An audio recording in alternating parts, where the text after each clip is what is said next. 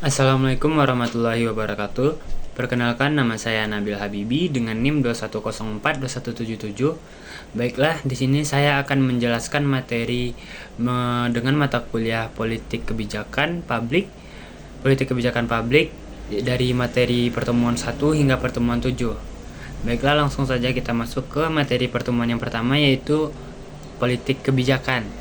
Politik kebijakan adalah studi tentang proses pembuatan keputusan pemerintah yang mempengaruhi kehidupan masyarakat. Ini mencakup analisis, implementasi, dan evaluasi kebijakan publik yang bertujuan untuk memperbaiki kondisi sosial, ekonomi, dan lingkungan.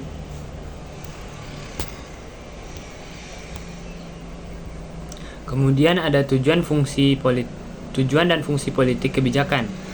Yang pertama, yaitu ada tujuan utama. Tujuan utama politik kebijakan yaitu adalah mempromosikan kesejahteraan masyarakat, memecahkan masalah sosial, dan mencapai tujuan nasional. Kemudian, fungsinya adalah untuk mengatur, mengendalikan, dan mengalokasikan sumber daya publik secara efektif dan efisien. Kemudian ada prinsipnya. Prinsip-prinsip kunci politik kebijakan meliputi keadilan, transparansi, akuntabilitas, dan partisipasi masyarakat. Selanjutnya ada proses pembuatan kebijakan publik. Yang pertama yaitu dari identifikasi masalah, mengenali dan memutuskan masalah yang membutuhkan perhatian pemerintah. Dan yang kedua yaitu ada formulasi kebijakan, seperti mengembangkan dan mengevaluasi berbagai opsi kebijakan untuk mengatasi masalah. Dan yang ketiga ada adopsi kebijakan, memilih dan menetapkan kebijakan yang telah dianggap tepat. Kemudian ada implementasi dan evaluasi kebijakan.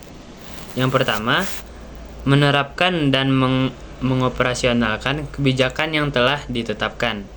Yang kedua, monitoring, mengawasi pelaksanaan kebijakan secara berkala untuk memastikan kesesuaian.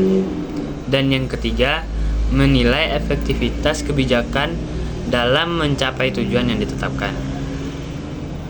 Selanjutnya, yang terakhir dari materi pertemuan pertama kita yaitu peran pemangku kepentingan. Yang pertama yaitu ada pemerintah sebagai pembuat dan pelaksana kebijakan utama. Yang kedua, masyarakat sipil, memberikan masukan, mengawasi, dan memonitori implementasi kebijakan. Dan yang ketiga, ada sektor swasta, menyediakan sumber daya dan inovasi untuk mendukung kebijakan. Serta yang keempat, akademisi, melakukan penelitian dan memberikan analisis untuk memperbaiki kebijakan.